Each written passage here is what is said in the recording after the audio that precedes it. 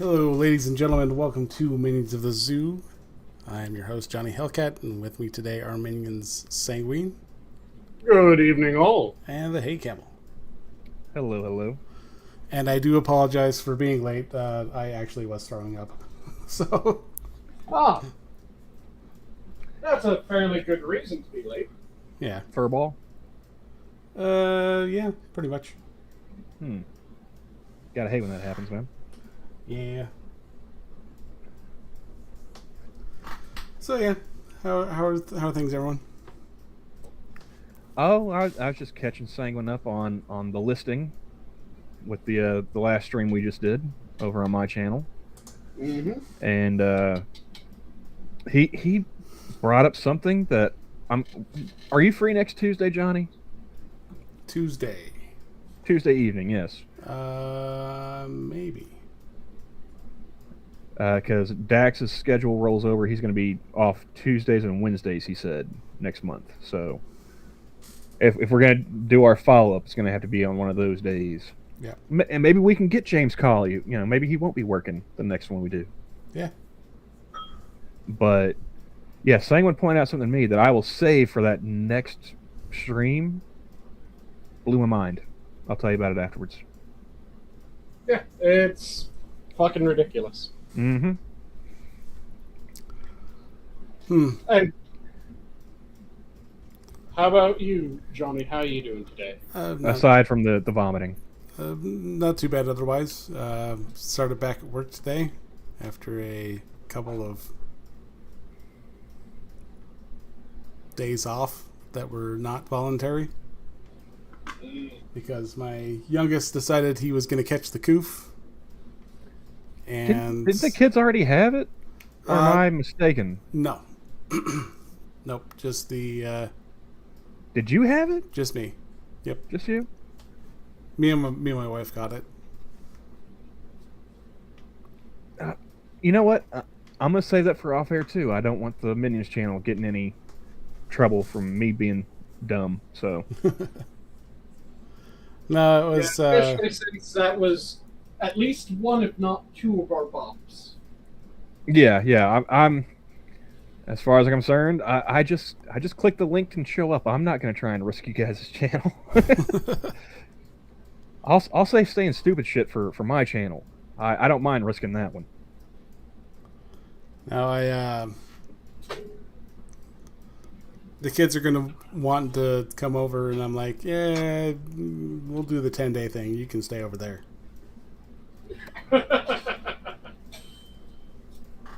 We're being extra careful. You've already cost me money.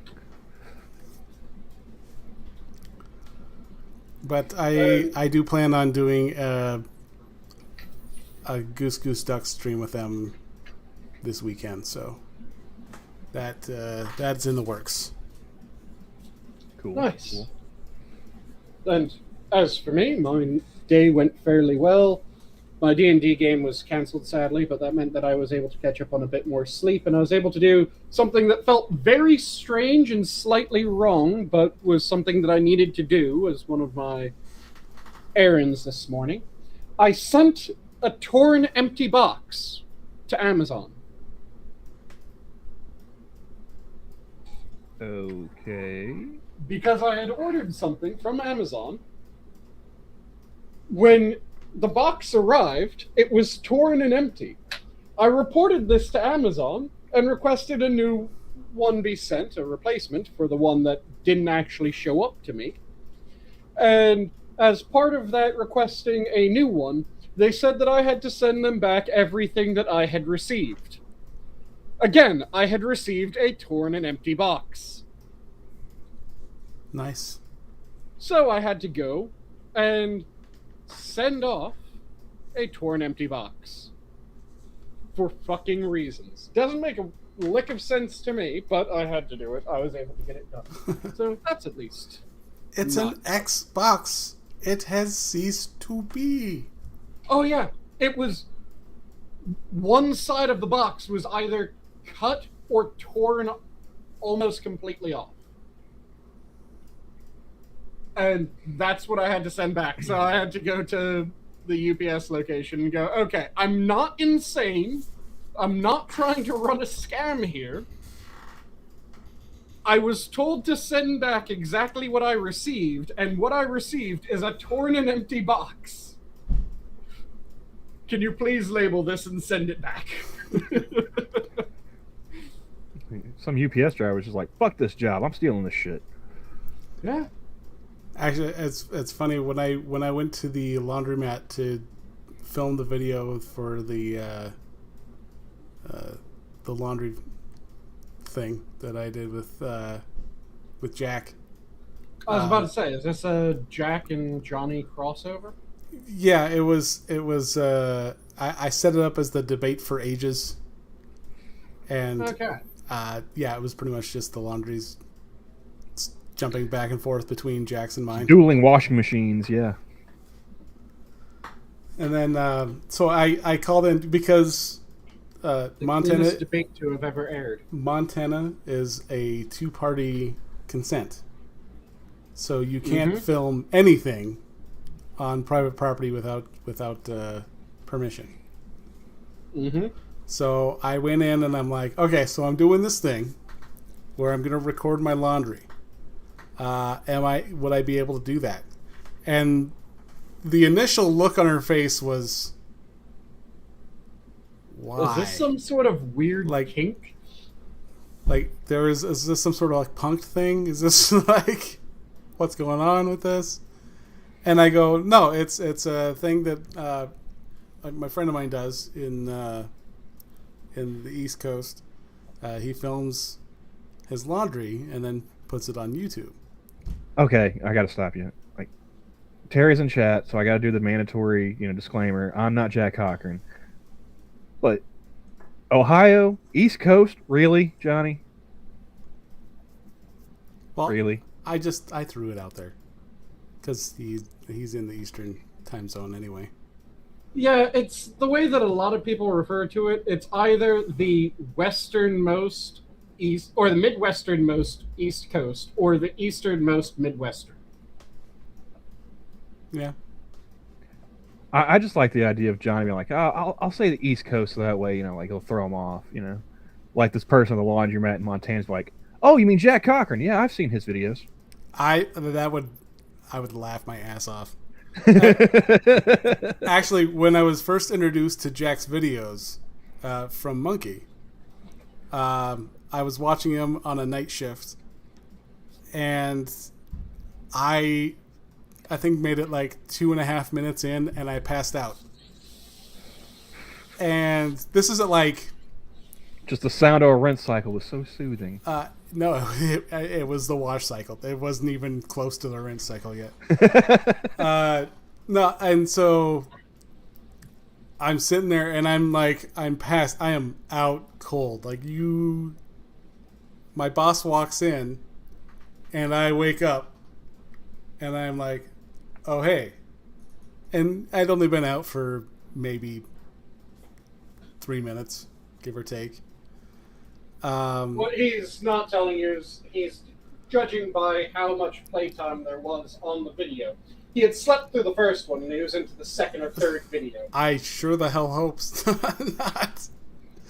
But it's funny because my boss walks in, and sleeping at night in a group home for people with developmental disabilities is a big no-no. Yep. It's more of a no-no if you're like, rolled up with a blanket rather than just like passed out in a chair. Mm-hmm. But my boss walks in, and I just slowly come to like, oh, hey. And I'm like, oh, hey. And he just stops and he looks at the TV because I had it broadcasted to the TV. So he stops, looks at the TV, looks at me, looks at the TV, and then just stops and watches. And we're both watching it for like 7 minutes. And he goes, well, I can see why you fell asleep. And I go, yeah, I gotta not do this. Like, Nice. And yeah, he completely overlooked that I had fallen asleep. just for the hypnotic powers of Jack Cochran's laundry videos. Very nice. That just makes me think of when I was working at the prison. Also, a place that you definitely don't want to fall asleep as an employee. Yeah. For multiple reasons. Yep. So, there was one time I was in one of the hall's security bubbles. So, I'm in this nice little secure section. I control access to all the doors that lead to me. And there's someone sitting in the office of the cell block. And I can see that they're asleep. This was right as the sergeant who was going to be taking over that bubble again came back in. He could see that they were asleep. And then immediately after the sergeant walks in... Oh, by the way, I had tried to wake the person when I saw the sergeant walk in. And the sergeant had then tried to wake them because they saw the lieutenant walk in. This person was still zonked out. The lieutenant went down, kind of knocked his knuckles on the frame of the door. Person still zonked out. They nudged the chair. The person was still zonked out.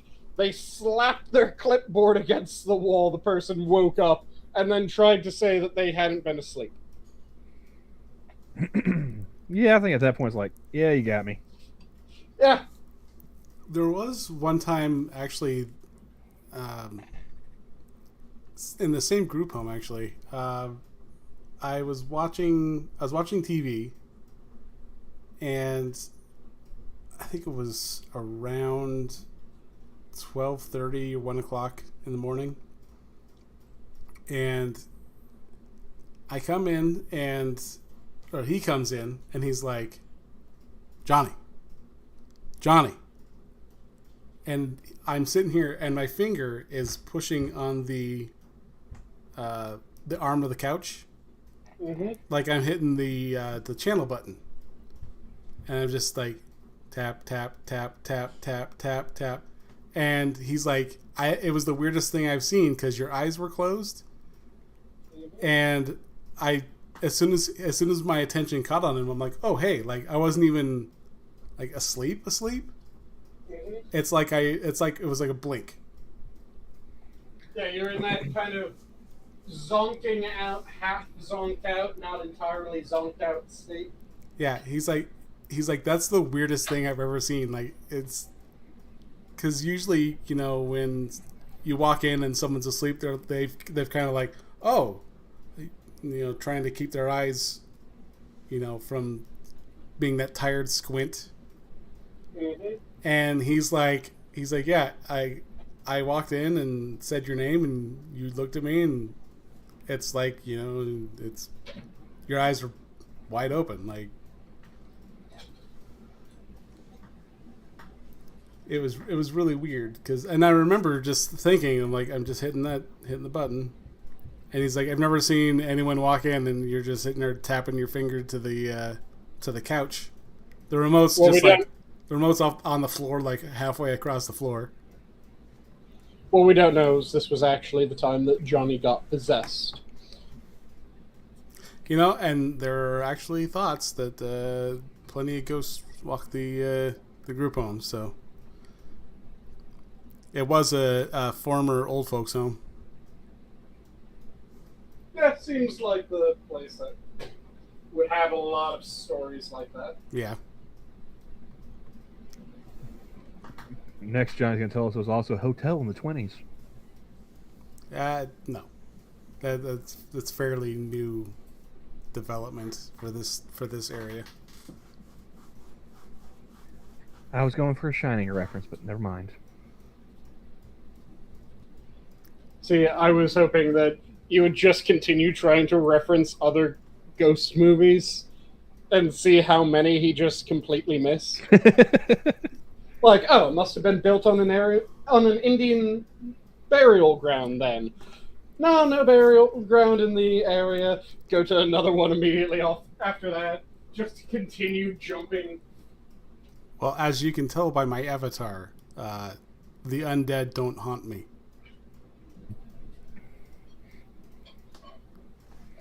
The power of catnip compels you. Nice. Yeah, nothing's better than seeing the Pope in a full In a headdress. Yeah. I'm not wild about the headdresses, period. You know? Oh, man. Native Twitter was... mwah. Like... Oh, wait. Do I actually hold the same opinion as native Twitter for once? I have to hold to the belief that any excuse for silly headwear is a good excuse. I'm a big fan of silly hats. Well, the last story I remember involving a headdress controversy was I can't remember what tribe he was from, but like a chief going to the Supreme Court and he was denied entry. It's like, yeah, nobody's allowed to wear a hat and they're stupid. Mm. So, you know, you're not being singled out because your culture, you know, and heritage. You know, it's a Take off the fucking hat and you're allowed in. You might say it's a blanket ban on headwear. I knew somebody in chat was going to make a blanket reference talking about Indians. So yeah. Mm-hmm. Let me just go ahead and tip my cigar over here. Yeah. All right, let's see here. Immediately felt sick seeing the Pope in a headdress. Seeing the Pope in a headdress is one of the most fucked up things I've seen in my life. Oh, you just... Okay. Yet you're on the internet. We're way too young to remember rotten.com. I was going to say, it's like, I have seen a man shove a mason jar up his ass. I think that's a little bit more fucked up than and it the broke Pope in a headdress. I wasn't going to spoil the ending, Johnny. I know where too deep comes from. Yeah. Let's see. I mean, I think both of those top Pope in a headdress. Pope in a headdress doesn't shock me. It just hurts. Natives have been conservative, assimilated with Christianity, and harmful to their own for a while now. Giving sacred regalia to a figurehead within an institution that perpetuates harms against us is a result of that.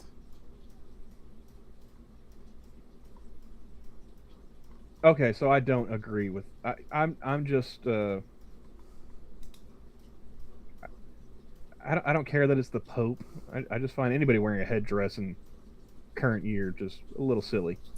See, I have the belief that the whole thing of it's cultural appropriation. Go fuck yourself, first off. And second off, I don't think that anything's appropriation unless you're saying, well, I'm going to do this thing from your culture, but fuck you if you tried to do it. Then it's fucked up. Then it's appropriation. Anything shy of that, it's costume or appreciation. If it's a positive, I just think it's cool, it's appreciation. If it's they dress up as it for Halloween, it's costume. Well, and he was given it to him. He had to give it to him. Yeah, it was a gift given to him by that particular tribe. What have you? Okay, fine. For me, it's not a matter of appropriation, appreciation, none of that. I just find hats made out of feathers silly, and I would prefer that not to wear it or have to see anybody wearing it. But then again, I'm a camel in a top hat, so it's just a matter of style. It's not, a hard and fast rule. You like your silly hats, just you like a different style of silly hat. Exactly. I find mine to be more acceptable. Yeah. You know what? If we're gonna be wearing headdresses, I say we bring back top hats. I mean, let's go full bore. Can we bring back the full different class structure of hats. Hell, bring back the tri-corner hats. Let's go. You know.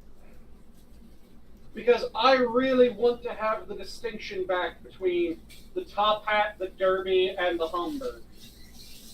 Not to mention the trilby. Is the derby? Derby's bowler hat. Okay, yeah. I was gonna say, I was like, I thought it was like a derby bowler or something like that. Yep. Okay. It can go by bowler, or it can go by derby, or it can go by a derby bowler. So, since we're talking silly hats, and you brought up a trilby, I saw a gentleman wearing a fedora yesterday in Walmart as I was getting robbed buying groceries. How many inches wide was the brim? I don't know. I didn't focus in on specific aspects. Was it of more the than hat. an inch and a half brim? If going just eyeballing it, yeah, probably, yeah. Okay, then it was a fedora. Because if it looks like a fedora but it has an inch and a half or shorter brim, it's a trilby. Yeah. I knew it wasn't a trilby. No, I was taking in the full picture of this gentleman because it had to be somewhere in the neighborhood of 40 to 60 pounds overweight. Mm-hmm. Not only was he wearing a fedora, but he was wearing like board shorts. Oh, he was full-blown miladying it. And a t-shirt, a holy t-shirt, and I don't mean like, you know, as in a religious faith. I just mean like moth-eaten. You don't know. It could have been blessed. Possibly. I'm not going to say it's impossible. I will say improbable. How about that? Oh, and to top it all off, to make the full people of Walmart, you know, cosplay complete, he was planted on a motor scooter. Nice. Like, I never wanted to go cow tipping so bad in my life. So did you get the amazing atheist signature? No. Yeah, I was just like, I was mad because I was paying like $140 for basic groceries, and then I was like, this motherfucker, he gets a handicap spot. Like, I bet you this bitch could walk. I want to go over there and just push that cart over, see him get up all mad, you know, indignant like. Mm-hmm. Like, you're just fat. You're not disabled. Come on.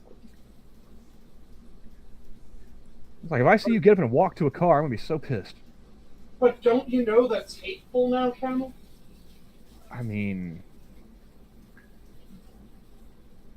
you know who you're talking to, right? Yeah, but it's hateful. You can't do that in present day. This is where I like to fall back on you know, Oklahoma's about 20 years behind the times at any given time. So it's really only 2002 here. So yes, I fucking can. Nice. Also, you could always do the defense of, look, he's on our land and on my scooter. Yeah, this is Choctaw land by treaty. I can quote to you the Treaty of Dancing Rabbit Creek. Damn it. You know, get this Nahola off of my scooter. This is my scooter now. See, that's the proper way to go about it in present day. You can't just be sensible and just want to do it because it would be funny. No. You have to do it for social justice-y reasons. I prefer the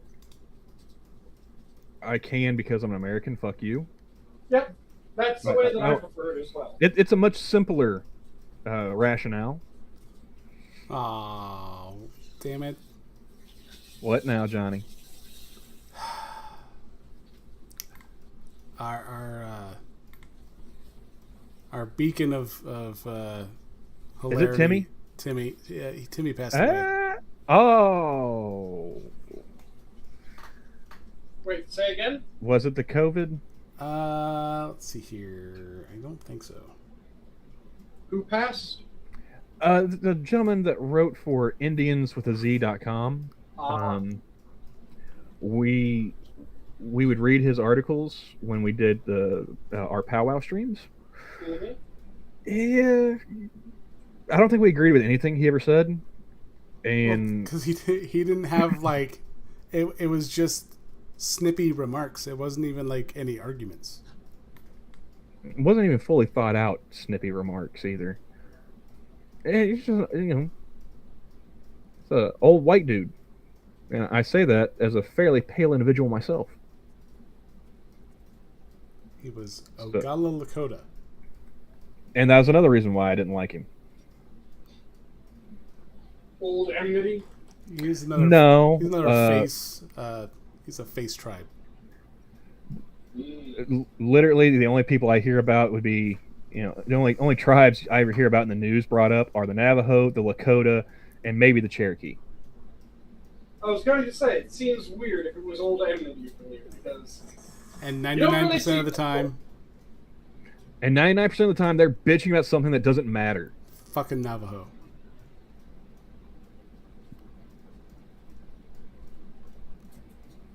So, yeah. The Navajo, that's been a running joke because of the whole Code Talkers thing. Yeah. Sanguine, I mean, you probably know more about the Great War than the average American. Yep. Do you recall who the original Code Talkers were in World War One? I'm trying to remember the tribe. I can't remember the one off the top of my head. You're talking to a member of it right now. Oh, okay. Yeah, I remember that it wasn't Navajo World War One. It was the Choctaw in France. Yeah. And then it was Navajo in World War Two. Yeah, they expanded it, after they saw that the Germans weren't able to break the Choctaw language. Yep. And they weren't able to break the Navajo either, or I'm sure those aren't the only two. There's probably other small bands of. It just became probably just more localized, to different operations. Pick a native language that you have enough people that know how to speak, and run with it. And the Germans couldn't learn any of that shit. Well, because most of it is damn near a dead language. It's not like there's a shit ton of here's how to learn Choctaw. Here's how to learn Navajo.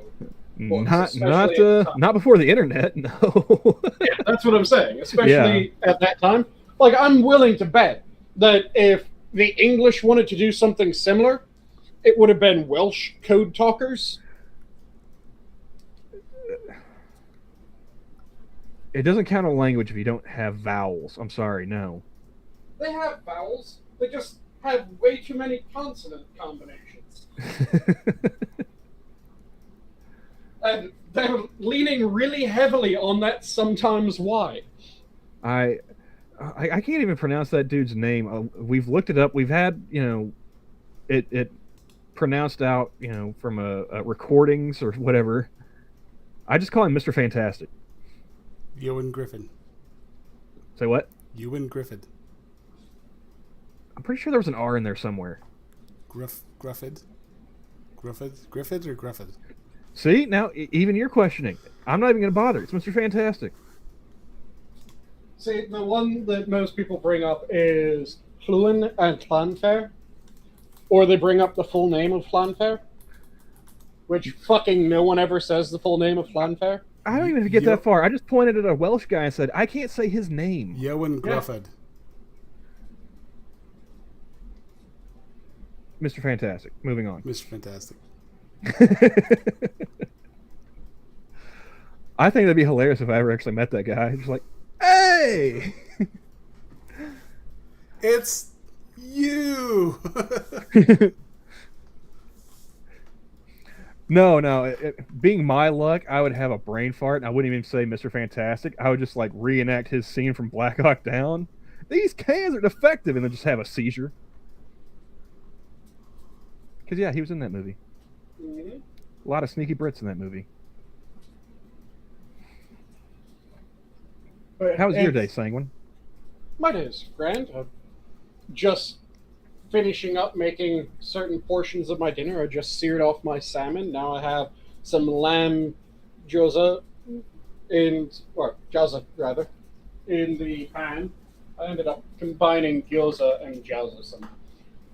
But I have lamb gyoza in the pan, getting fried up on the bottom, as well as some kirimochi, which I'm turning into yakimochi, that I'm then going to toss in a bit of kanako and sugar with a pinch of salt as my dessert for this evening. I also have a Banryu sake that I'm going to be drinking with a Asahi and a finger of a new Japanese whiskey, at least new to me. It's not new in general, but I found Harazaki Japanese whiskey was rather fantastic. And then I noticed this time when I hit the liquor store, they had a small batch Harazaki. Okay. So I'm going to be drinking that. And it's whiskey without an E. I was going to say, Sanguine's talking about whiskey. Gunsky's in chat. This is going to be a thing, but... Yeah.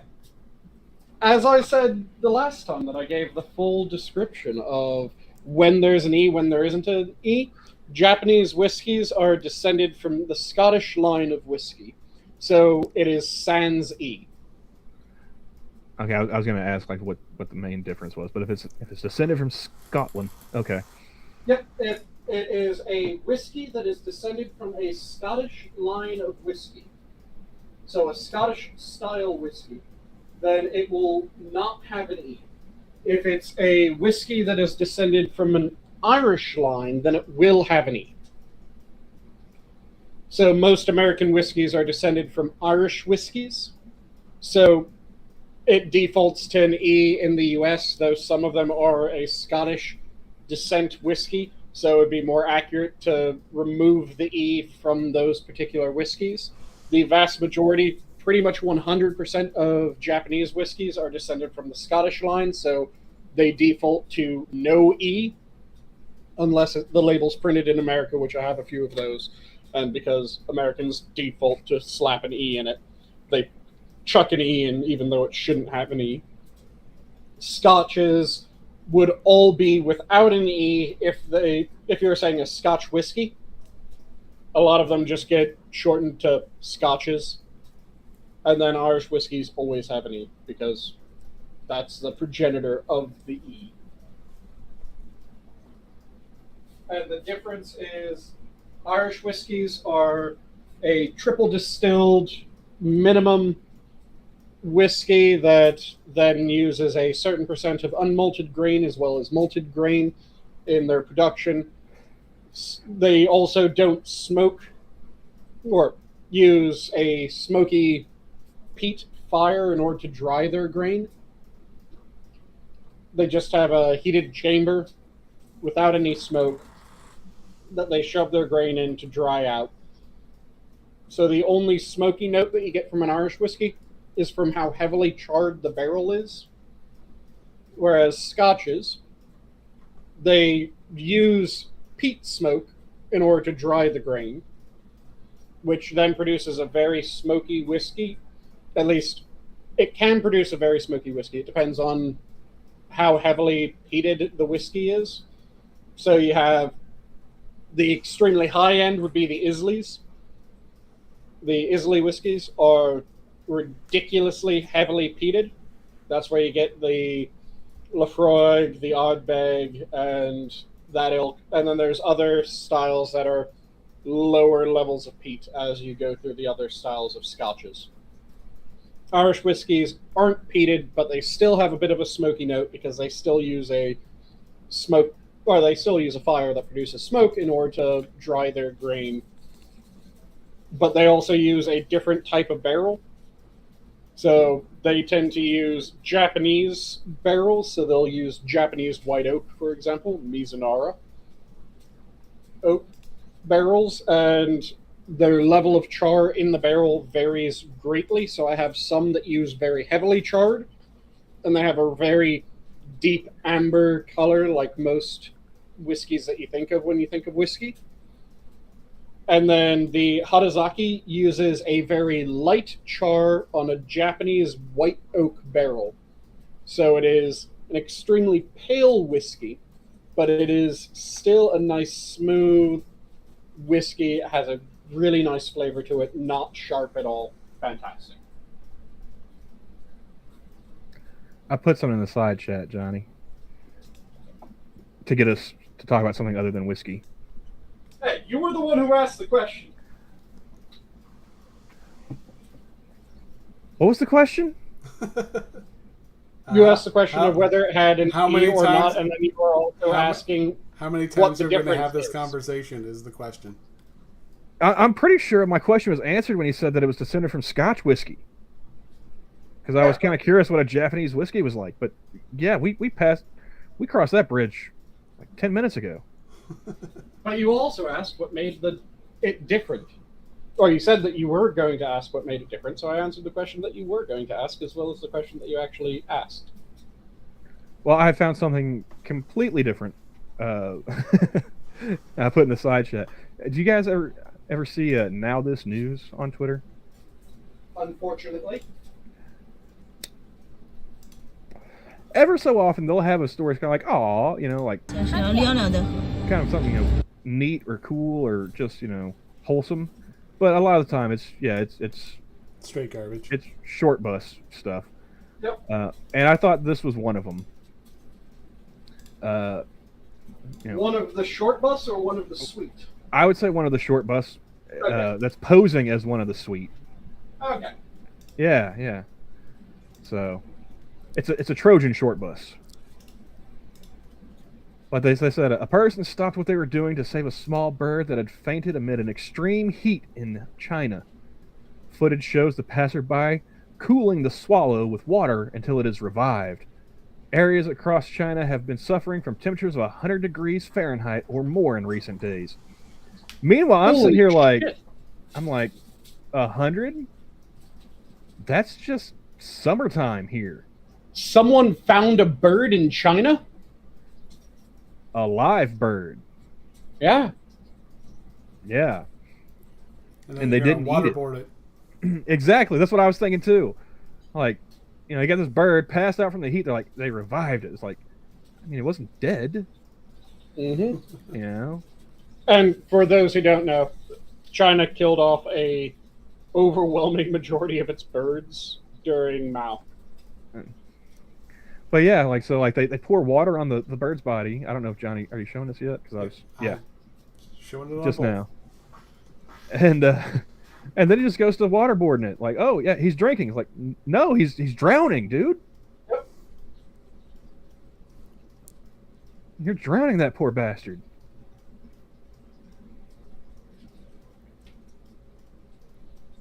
Yeah.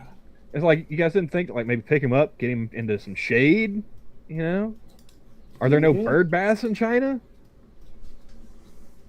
No, because there's not many small birds. Again, most of them were killed during Mao. Even to this day, a large chunk of cities, when you're in China, you won't really see many birds. And it's because they'll put up or people in the area will put up nets to catch and eat the birds. Like I said, I'm surprised this person just decided to waterboard it and not eat it. It was already half cooked, you know? Yeah. But yeah, I just think it's cute they're complaining, you know. It's been 100 degrees. It was 108 the other day. I'm like 100 is What just... part of China, if that's even a ridiculous temperature for the area? Because some parts of China, 100, not ridiculous at all. Other parts, kind of fucking weird. It's like, yeah, don't tell me that it's 100 degrees. Tell me what the humidity is, you know? That's more important in this equation.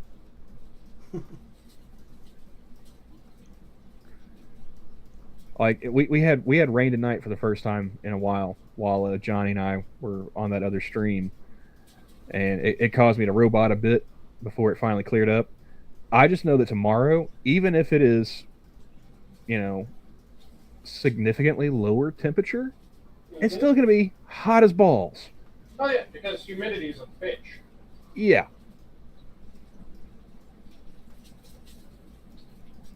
So, I don't care that it's 100 degrees in China. What's that humidity looking like?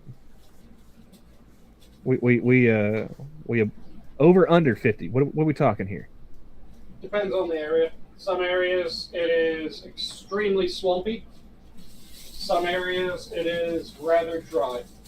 Like when you get up in northern China, up near the Mongolian steppe, for instance, it gets fairly dry. When you're in southern China, really fucking humid. Southern coastal China, really fucking wet and humid.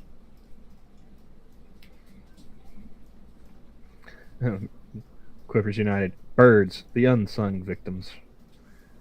Like, pretty sure that was just a spy drone, dude. Nope, birds aren't real. I mean, if any place is going to be using, birds as drones, I would say China. Yeah, totally. Absolutely. Especially since, like I said, so few of them to begin with. Seeing one kind of fucking weird. Unless it's in the area that they've preserved just so that they can harness birds' nests for birds' nests.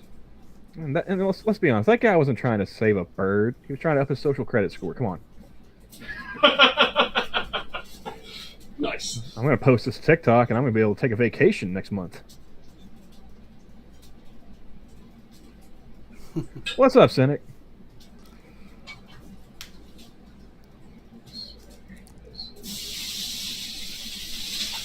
Ooh.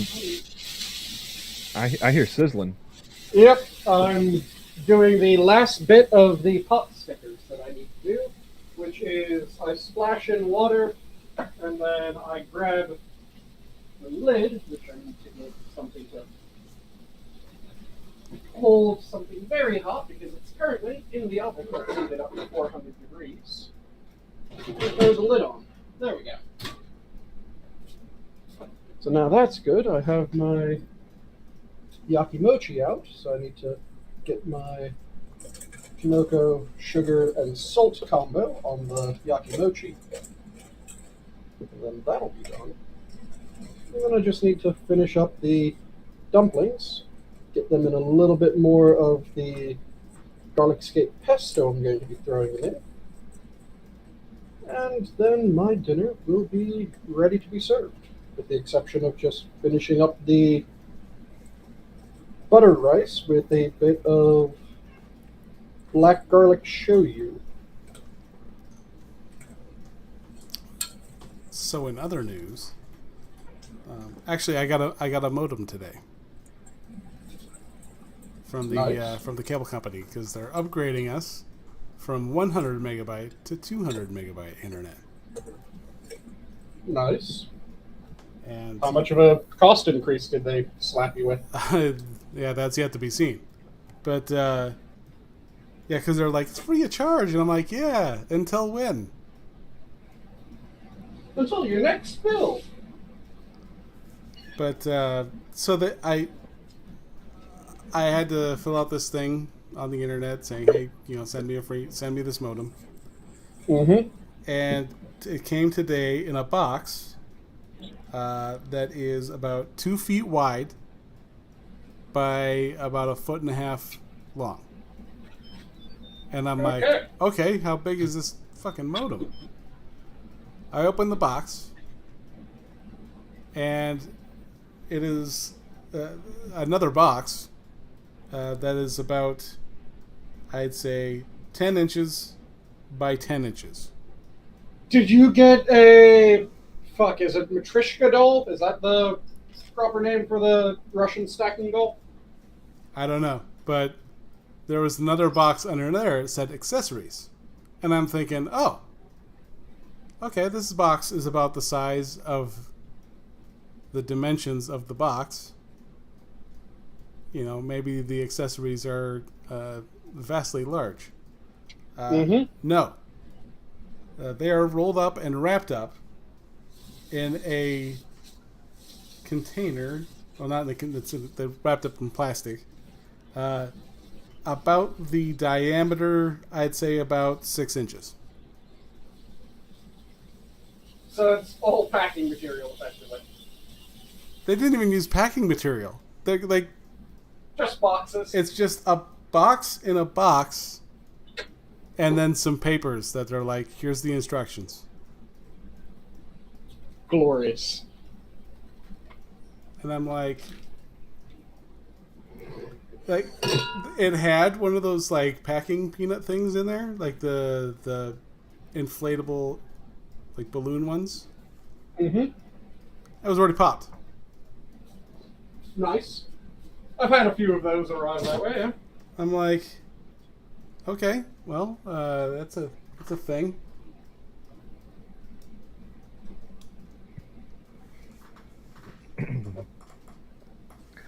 Yeah, I received a package Friday. It had like 3 boxes in it. Thankfully, they were just bandages, so they were flat. Mm-hmm.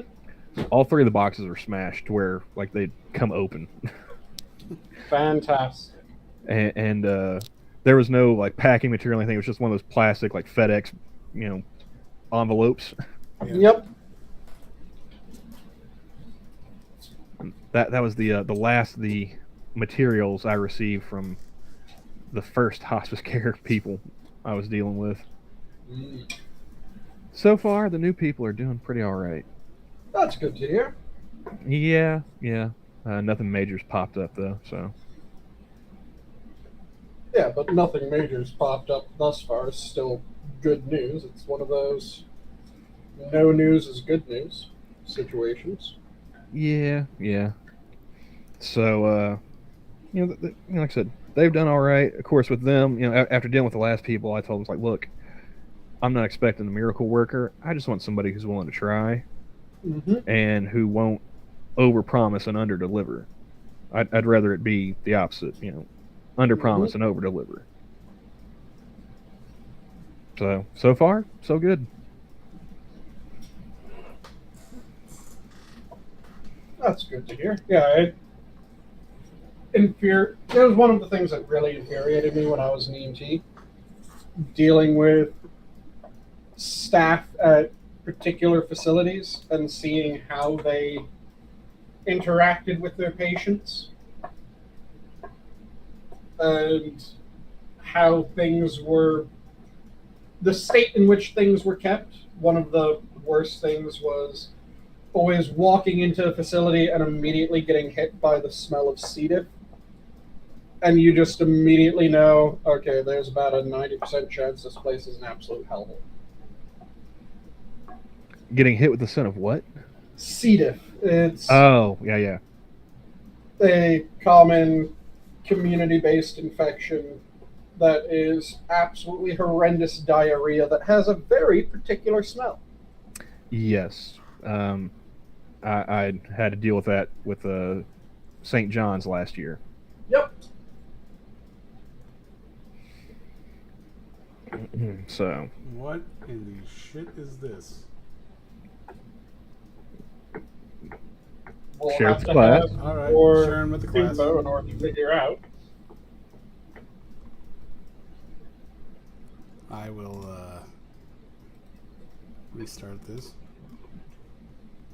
Also, I like how the "all right, I'll share with the class" sounded intimidating. It's like, all right, you asked fucking for it. asked for that shit. Oh yeah, I saw this earlier. Yeah, I don't know what's going on here, but They're I don't like pumping air into a dead spider to manipulate its legs to grab things. Oh, yeah.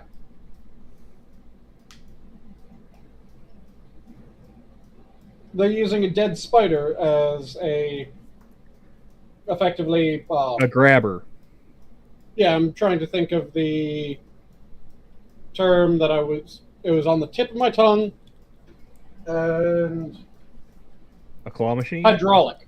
A hydraulic claw. Well, that would be pneumatic, not hydraulic. Or pneumatic. Yeah, sorry. Pneumatic. That was the term. So why were they doing this? I just want to take a second to point out, I corrected Sanguine on something. Yes, you did. We should mark this day in the calendar or something. This is It not shall likely be to a happen. day of celebration for you. This is not likely to happen again for the foreseeable future.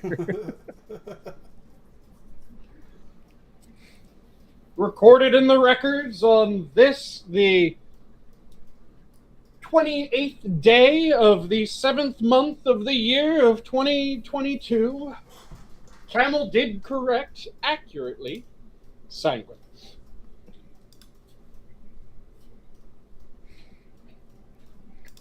If I'm not mistaken, I had a conversation with Prospero where I corrected her on something. So now if I can just get like Skep or Harry, I can go for like the triple crown. Yeah. Though to be fair, I corrected Prospero on something that I had recently seen, so it's not like I was pulling like deep knowledge or anything. Yep. She forgot Clint Eastwood's character's last name in Rawhide. Ah.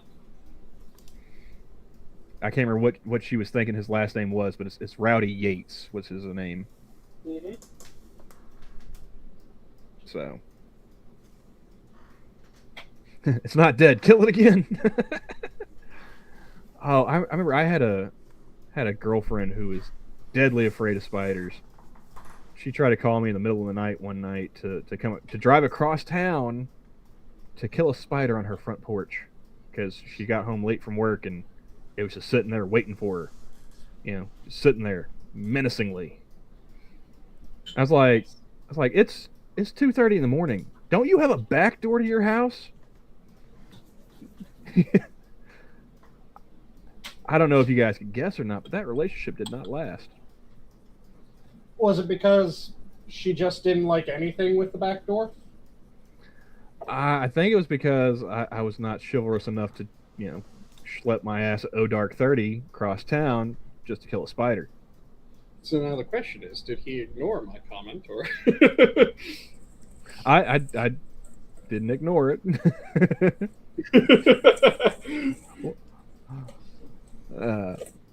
I just didn't feel like answering it. Fair enough. But yeah, my dumplings are done now. And now I just need to toss them into a little bit of that garlic steak pesto. Oh, and did you guys hear the fantastic news about our economic situation at the moment? We're in a recession that's not a recession? We're in a recession while the government is currently trying to define recession as being something different than it has meant for the longest fucking period of time. Which, by the way, this is the second time that they've tried to redefine recession fairly recently, because they tried to redefine recession during the previous administration to mean 2 months of economic downturn rather than 2 quarters. And now they're trying to say that, oh, no, it's much more than 2 quarters. 2 quarters isn't sufficient to say it's a recession now. I'm sorry, isn't 2 quarters 6 months? Yes. 2 quarters is 6 months, and So we've had 6 months of downturn. Yes. We've had 6 months of GDP shrinkage. Mm-hmm. Was it in the pool? Sadly, it wasn't just a bit of hypothermal reaction. It was more serious than that. No, like a overzealous moil. I saw a tweet earlier because this guy clipped the press briefing where apparently Peter Ducey's the only one asking questions. Yep.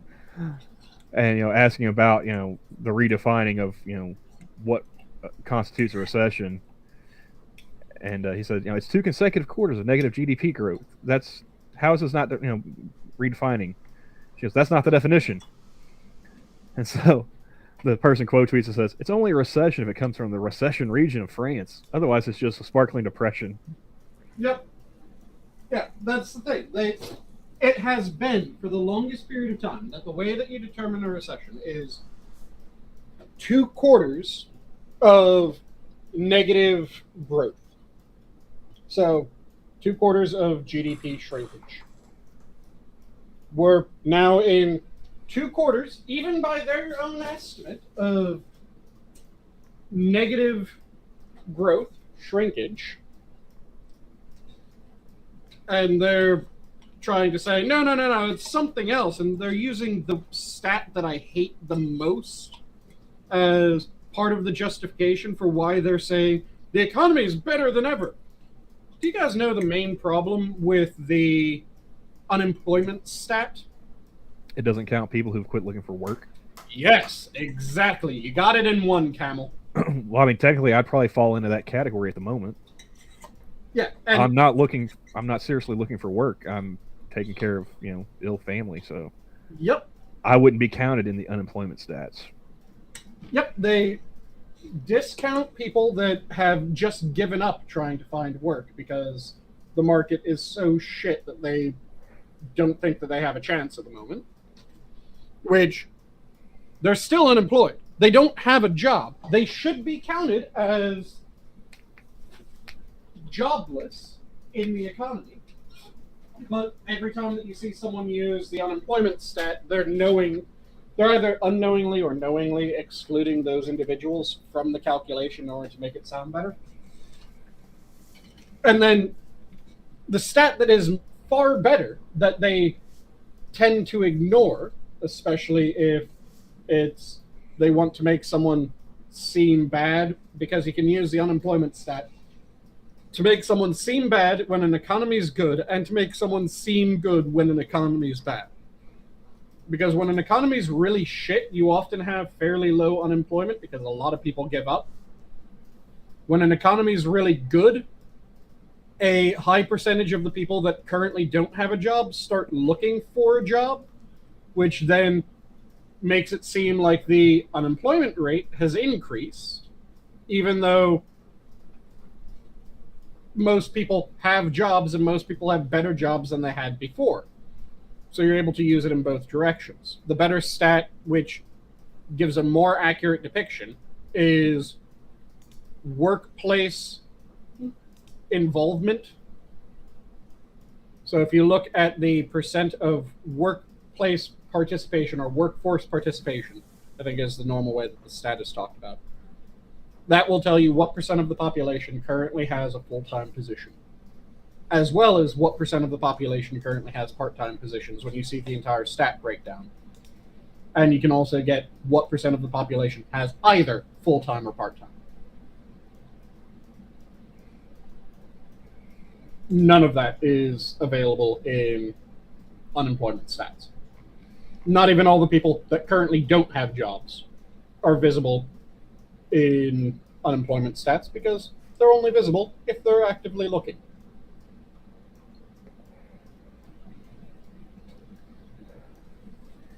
Yeah, I just have taken pretty much anything that I see from the White House press briefings, anything that's the official government position, I just assume the opposite at this point. Yeah, you take it with a mine of salt rather than a grain. Well, a while back, I was on with Monkey and Jack, and I brought up a Post article where Biden was on the beach, after his little bicycle spill. Mm-hmm. And a reporter asked him about recession, and he said, "No, no." It's like I mean, promise, we're guarantee. He made some kind of, I don't remember the wording, but he's like, there's no chance of recession. It's like, stock up. We're going to have a recession. Mm-hmm. Like if he's saying there's not going to be one, get your rice and beans now. Yeah. And I honestly think what they've been trying to do, and they're failing at it, thankfully, is what they've tried to do many times in the past, which is their policies start to tank the economy.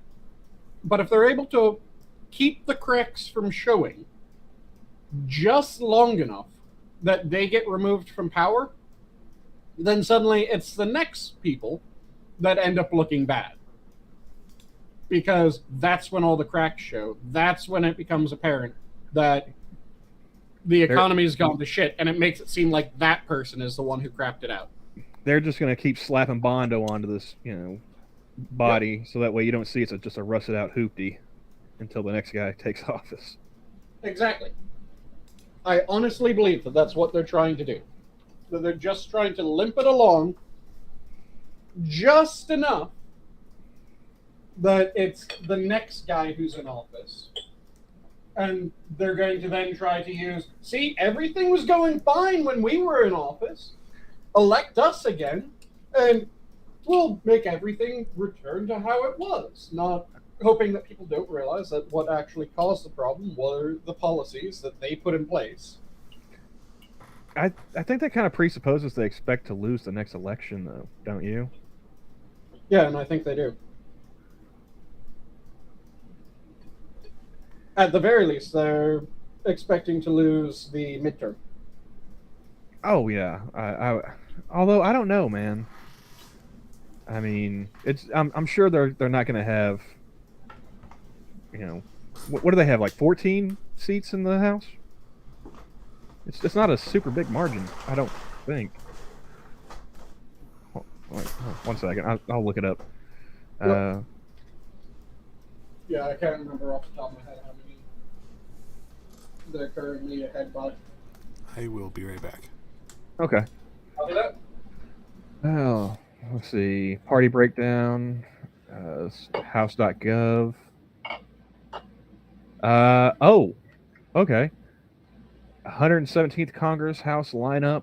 211 Republicans, 220 Democrats, 4 vacancies. Okay. That's with 2 resignations and 2 deaths. Oh. I think I may have heard of the Republic. What's it? 2 Republicans have passed away. One in February, one in March. One New York Republican resigned in May, and one New York Democrat resigned in May. Okay. So even with them losing 3 Republican House members to death and resignation, the Democrats only have a 9-seat lead. Mm-hmm. Okay, yeah. I mean, I could see them losing the House. And there's a lot of, I won't say every, because there's some people that are claiming that they don't predict this either. Or they don't predict this as well. But there's a hell of a lot of people that look into what they think is the likely outcome and do their predictions. And pretty much everyone is saying that they're just going to get absolutely smashed. Going back to the back door, they're just going to absolutely get theirs smashed in.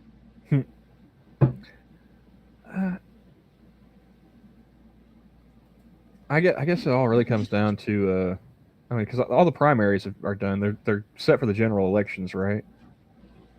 For November.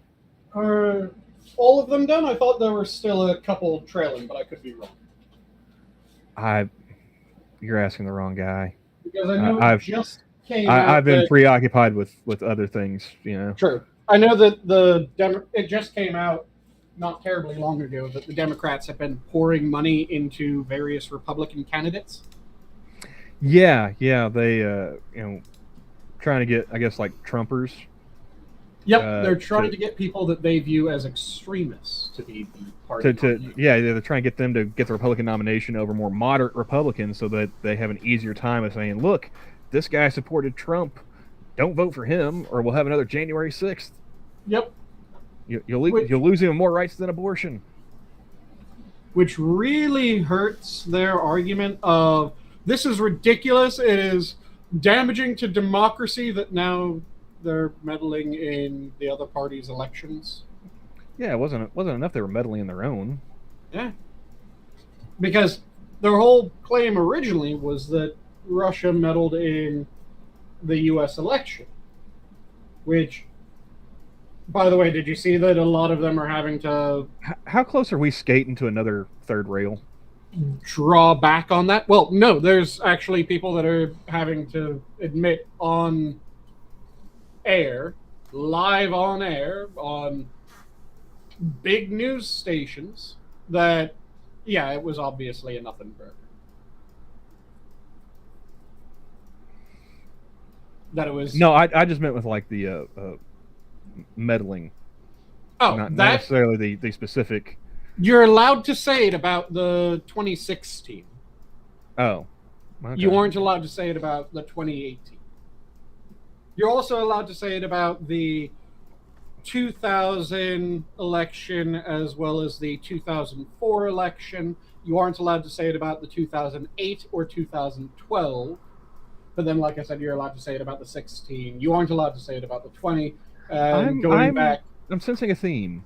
Yeah, going back further, you aren't allowed to say it about the 1996 nor the 1992.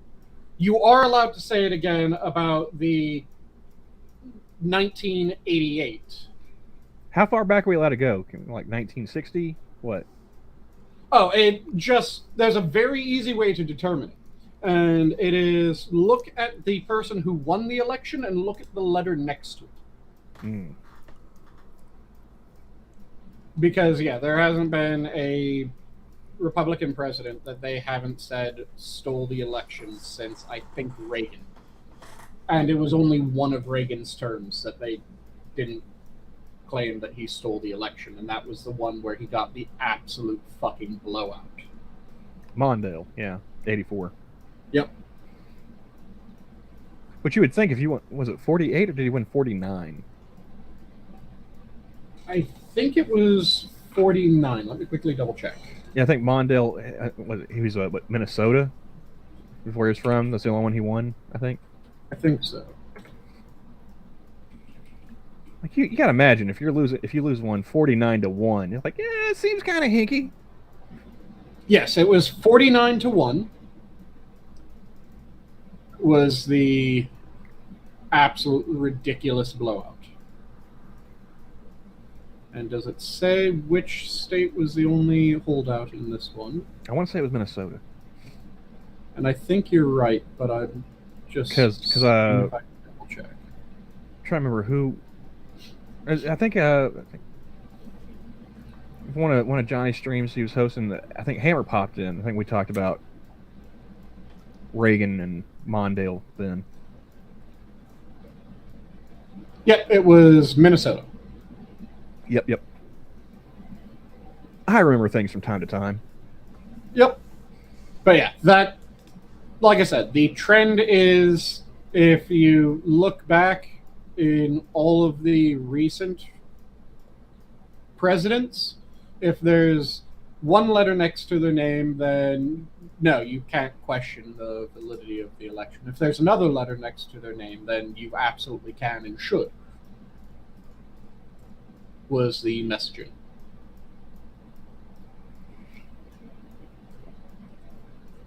Because, yeah, like I said, there was the 2016, we all know that. There was the 2000 election. And we all can remember what the 2000 election thing was. And then the 2004 was the, well, we just need to get rid of the Electoral College. Start it up again because it starts up every election. Oh. Well, here's something else. This is interesting.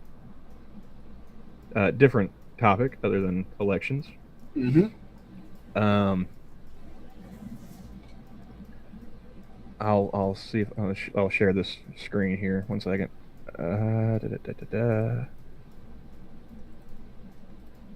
And hopefully Johnny is able to click it in. Good. Well, if he doesn't, I think I have permission through his StreamYards to let people in and show stuff. Yep. Nice. This is from Woodall Public School in Tahlequah, Oklahoma.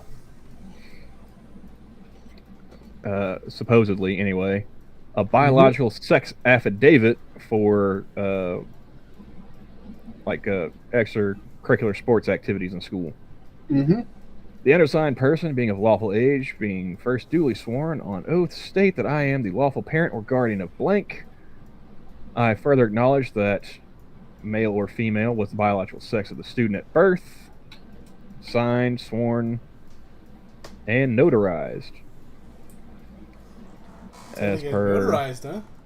yeah, gotta Nice. swear this in front of a somebody who can legally witness it. Yeah, which you can find those all over the place. Oh yeah. I mean, it just it's a nominal fee, and you can be a notary. Yeah, and there's a good chunk of places that you can get a free notary. Yeah, banks have them a lot of time. Yep. Banks have them if you're part of AAA. AAA has free notary as one of its services. I mean, just about every law office is going to have somebody who works as a notary, just, just on principle. Yeah. Some of them you'll need to pay a small fee, like $10. I mean, yeah, like when I worked at the law office, if somebody just needs something notarized, it's like $5. Yeah, it's Yeah. a very small fee because it's just, okay, let me see your ID. Okay, Yeah. let me watch you sign. All sign. So, but yeah, this person, do you understand what is happening? This has nothing to do with encouraging girls to be athletes. This is totalitarianism. It is the white nationalist agenda, the anti-LGBTQ agenda, the anti-abortion agenda. It is all the same agenda. This is real. Shared with permission. The anti-abortion agenda, huh? Are they saying that it's the anti-abortion agenda because it's against the sterilization of children? So they're trying to go really early and avoid the sterilization, not only the abortion? I just like how all these agendas are all on the same page. It's like, wow, that's a coincidence, huh? Yep. And apparently, according to that, it's the minorities that are the gays and trans people.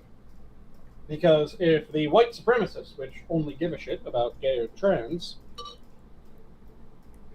are lockstep with anti-LGBT, well, the only way that they would be in perfect lockstep is if the only gay and trans were minorities and the only minorities were gay and trans. Because at least somewhere else there should be a deviation.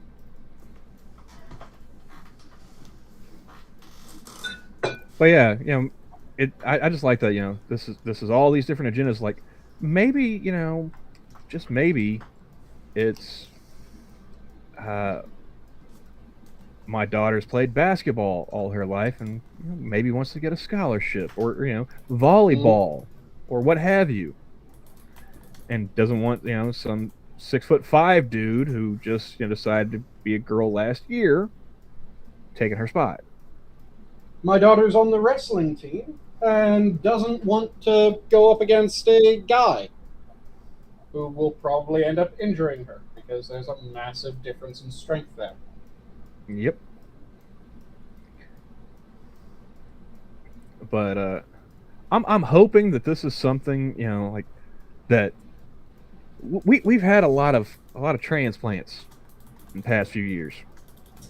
And I'm hoping that stuff like this is like, yeah, So go what were elsewhere. the plants? What were the plants before they transitioned? Californians. Okay. Makes sense that they would transplant and become a vegetable. Yeah. Apparently, the Grapes of Wrath was just a prequel. Because now you got bunch of Californian stuff who have long lost family and whatnot back east in Oklahoma. It's like, oh well, we'll just go there. No, stay where you are. Now it's the rutabaga of tolerance.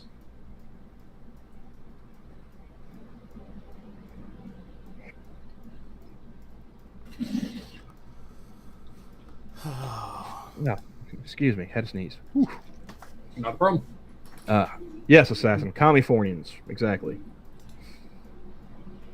So, I remember I had a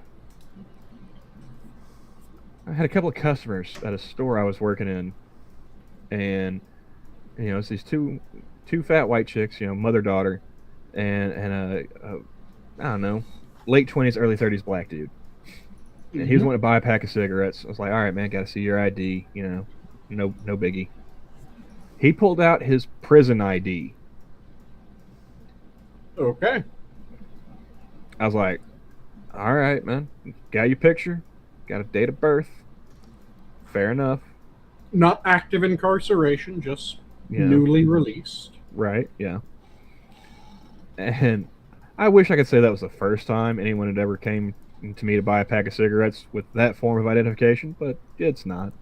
I wouldn't believe it if you tried to tell me that it was. Well, the only difference was like they were from Oregon, not Oklahoma. Mm-hmm.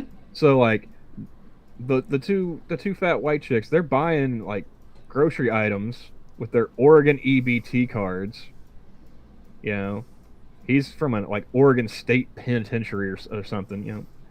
I don't know what they call it up there, but it's like State Pen's pretty much. Oh no! He did have Oklahoma. I'm sorry, because the two white chicks, they start complaining about how it's worse here in Oklahoma than it was in Oregon. They weren't nearly as harsh and whatnot. I don't know. Maybe he did some time in Oregon too. No telling. But I was like, just sitting there in the back of my mind thinking, because I couldn't say this while I was on the clock. I was like, you're free to go back. No one's keeping you here. I don't think anybody asked you to be here in the first place. Matter of fact. Mm-hmm. I think like the 2010 census, Oklahoma was like 3 million and change. And now, 2020 census is over 4 million. It's like, I and a lot of people I know, we like our leg room, and you're encroaching. Not only your leg room, but just the area's culture, because individual areas get culture. It isn't just countries, it isn't just regions, but when you have a quarter, or actually a third of your population added just within a short period of time, that has a fucking massive effect on how the culture is in that area. Travis had to deal with a stereotype of a liberal at work. I'm sorry, dude.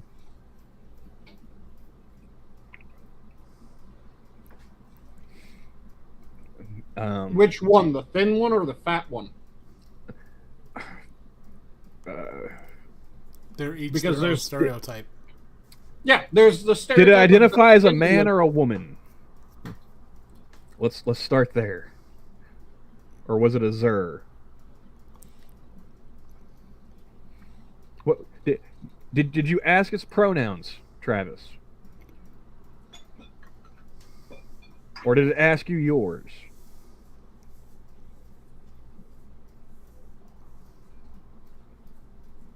She looked like Jane Goodall had a stroke.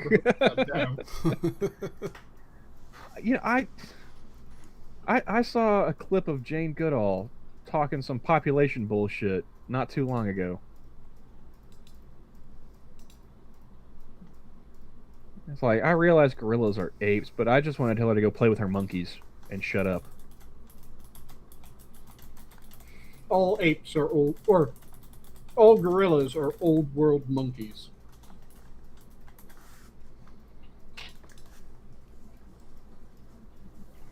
Not all apes are old world monkeys. Almost all population stuff is bullshit. Yeah, yep. New World, but yeah. And James is agreeing. He's like, yep, the Texas Panhandle's the same way. Want to know why there's an average 30 minutes between towns? We like it that way. Mm-hmm.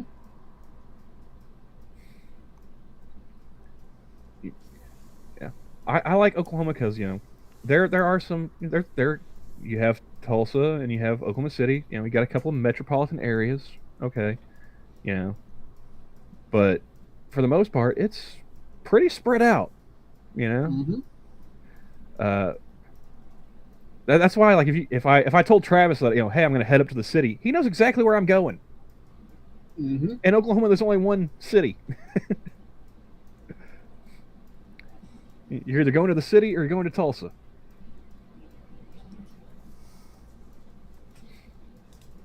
I have an appropriate meme waiting for me in the Discord. Oh, goodness. Let's see here. Define appropriate. That's from Assassin, so no telling. 1 second. Scrolling. You can tell how active I've been in the Discord. Oh, it's the guy and the girl. Hey. Only the guy is Texas and the girl is the Statue of Liberty. I bet he's thinking about being in his own country again. So Nice. Shooting people who say, howdy there, neighbor. We just moved in and we're from California. They drive in a Prius with an I'm with her or riding with Biden bumper sticker should, by default, be ruled self-defense. Nice. yes. Yeah, I had to deal with a real liberal. Like I said, she looked like Jane Goodall had like a stroke and fell downstairs. So it was the thin liberal stereotype, not the fat liberal stereotype. She looked like a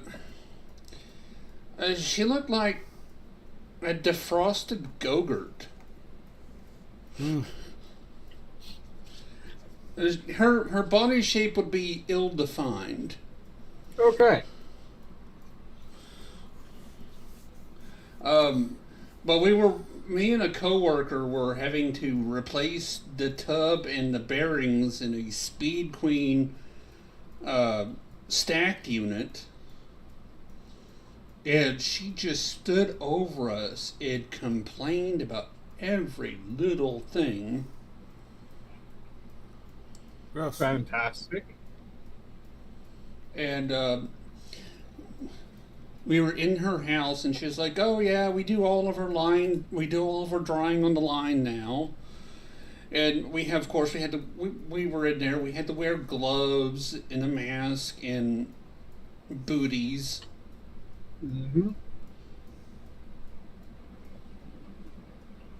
Because she didn't want you to dirty her carpet? Well, she didn't even have carpet. Her entire house was stained and sealed concrete floors. Okay. That's okay. Which I have no problem with if they were like done that way from the start. But it was like she tore up all the carpet in her house. And then just sealed and epoxied down the floor, so it looked like garbage. Mm-hmm. And like I said, I'm not a fan of carpet. I don't like carpet in my house because it just detracts stuff. But, you know, at least put down some kind of real flooring. There's certain rooms that I want carpet in. And then there's other rooms that I don't want a single fucking shred of it. Because if it's a room that you're going to be walking around barefoot and you like it cold, going for tile and shit like that, or even wood, can really freeze your toes to the fucking bone. So carpet in those rooms is kind of nice. Like a bedroom. You get into or bed, you could just wear some slippers like an adult.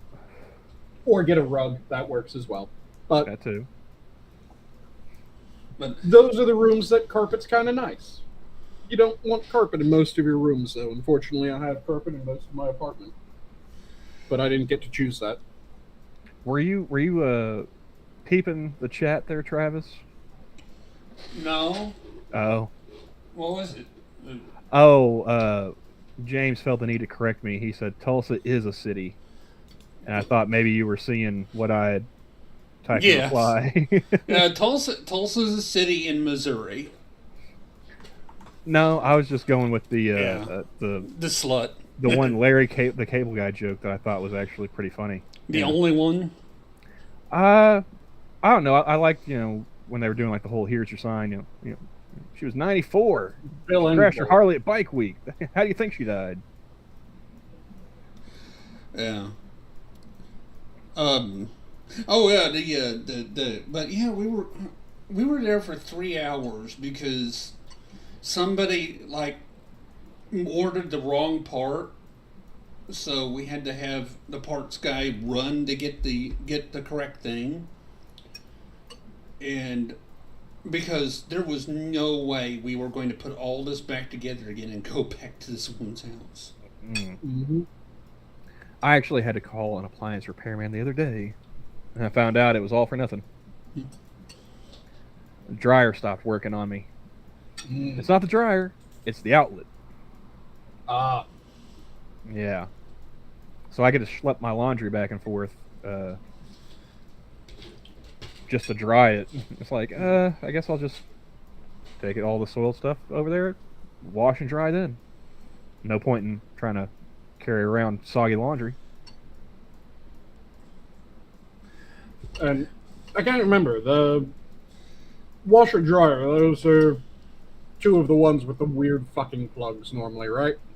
Yeah. The problem is I got the right prong isn't pulling half the voltage it's supposed to be. So you need to call an electrician to get that shit fixed. Yeah. Yeah, a dryer runs off of 240, and it's 2 legs of 120. Yep.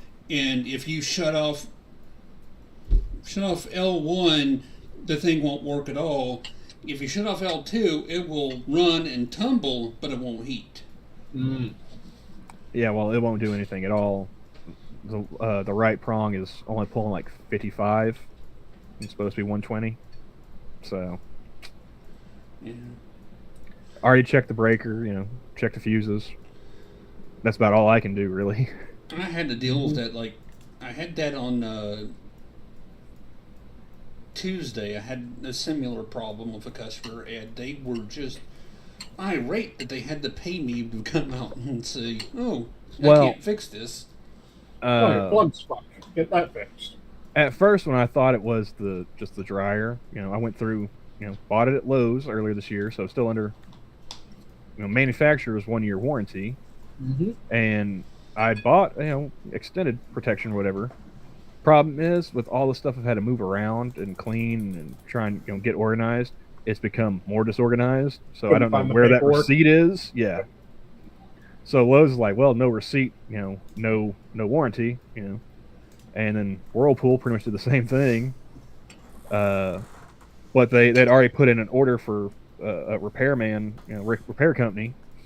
So I started getting text messages from the repair company. It's like, look, I don't have the proof of purchase to keep you guys, from charging me for the service call. I can't afford the service call, so cancel it. I'm just not going to buy a Whirlpool ever again. And luckily that dude, he was cool enough. I guess they says like, hey, he doesn't buy a Whirlpool, we might not, have a future customer. So they got a repairman to call me directly. He's like, look, man, I'll go ahead and come do the call. Just don't worry about it. You're not gonna get charged. No sweat. And he took maybe 10 minutes. He tested everything out. He's like, yeah, it's not the dryer. It's the outlet here. So it's either the outlet or it's the wiring leading to the outlet. Either way, nothing really I can do, man. Sorry. He's like, but he's like, but since I told you, I convinced you to keep this appointment, I'm gonna go ahead and cancel it out. Like you cancel it, you're not gonna get charged. So he's like, I'm supposed to be charging you like $85, but I talked you into keeping this. So. Yeah, I've done the same thing a lot. I'll just cancel them out. Like, hey, the customer called me on my way and said to cancel it.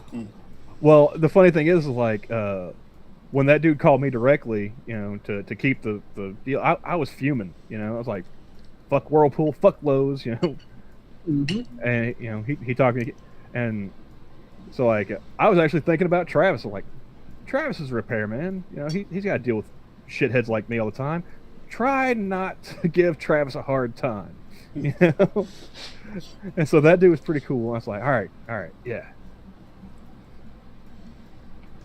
Because I Plus, was like, if you bust Travis's balls a little bit too hard, a drunken Englishman will show up and start ripping into people. so, because I was mad. I was like, you can tell. I was like, with Lowe's especially, I was like, so you can tell me the exact date I bought this from you, but you can't tell me the information for the warranty. Oh, that's on the receipt. It's like, what the fuck are you looking at to tell me exactly when I bought it? Mm-hmm. Well, that is, well, first thing, that is complete bullshit. When that stuff goes, Whirlpool can tell by the model number and serial number Exactly. when it was made. Mm-hmm. And also, if you bought the extended warranty, that should have been in their system. Yep. Especially from the point of sale. In 12 years of doing this, I've only had to look at a customer's receipt for information once. So I don't know what their deal was. All right, speaking of Englishmen, there is an English dude I bought it from. Accent and everything. Like proper English. See, there's the problem. You trusted a limey bastard. He's just the guy that was working in the appliance section that day. Not like, not like we made a blood pact or anything. I have a problem with Lowe's because they turned me down for a job working in their appliance section. Were you overqualified? Yes. Was that the reason that they gave? Yeah. I always thought that was weird. That's always something that pisses me off. I can kind of understand it, but at the same time, it pisses me off. Because the reason why they don't want to give you a job, if you're overqualified, is because they're going, well, you'll jump ship shortly after we give you a job. But at the same time, the reason that you're applying to them is because you need a fucking job. And how are they supposed to know that you're going to jump ship? It could end up being like an American Beauty situation. You could just want to flip burgers. He might have just wanted to sell some appliances instead of fixing them.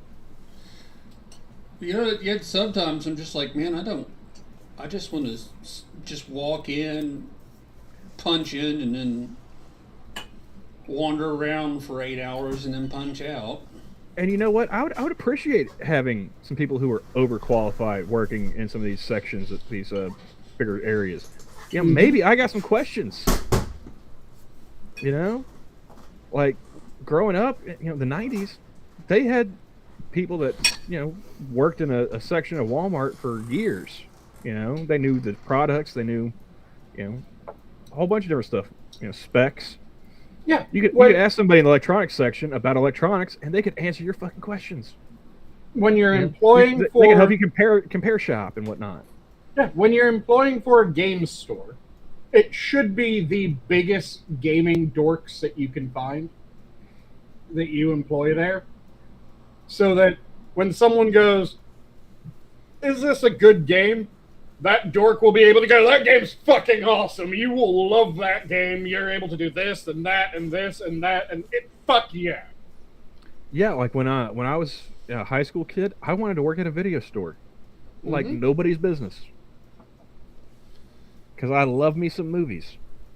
Yeah, and this is something I was talking to my mom earlier today about that pisses me off. It's how we do hiring currently, where it is the HR department or the hiring department, which is a subsection of the HR department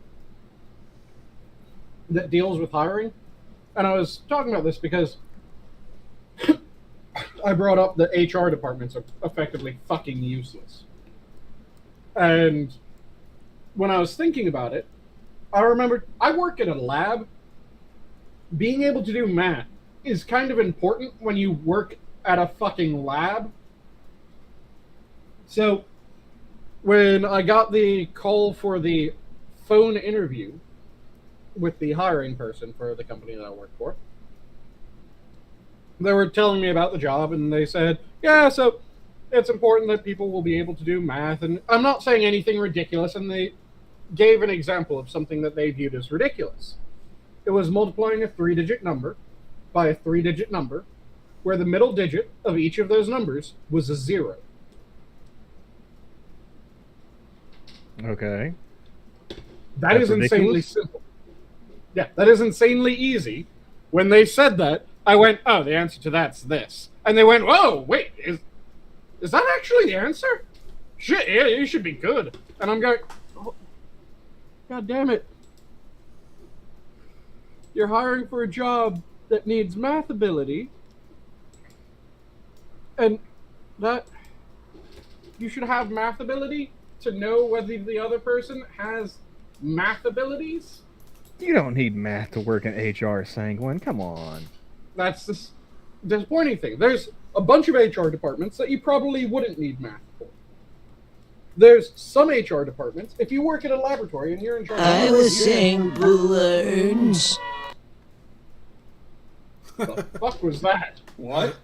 Apparently, I have a key set up for my sound pad. Nice. But there was another really good example of the problem of having someone who doesn't know math be in charge of hiring for a laboratory where math is important. I'm going to give you guys an actual thing that I had happen to me while I was trying to train someone.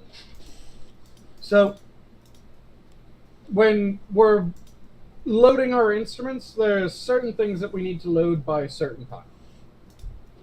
And we were going through the process of setting up the instrument so that we could get everything that needed to be loaded by that certain time, loaded at that certain time, set to run at that certain time.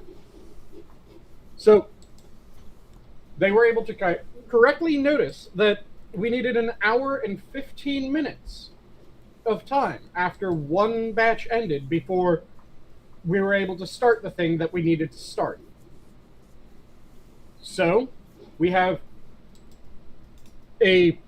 let's just say, a chemical plate that we can run. And that chemical plate will run for 15 minutes. So I asked them, how many of the chemical plates do we need to run in order to make up that hour and 15 minutes? You guys all know the answer to this, right? The chemical plate runs for 15 minutes. It needs to run for an hour and 15. How many chemical plates do you need to put in? 5. Exactly. Tell me why the person that I was training told me 3. And then after I pointed out that no, each chemical plate is 15 minutes long, so 3 would be 3 times 15. That means that it's 45 minutes. How many? So that isn't the right amount because we're 30 minutes short. So how many chemical plates do we need to put in order to run the full hour and 15? And then they said 2.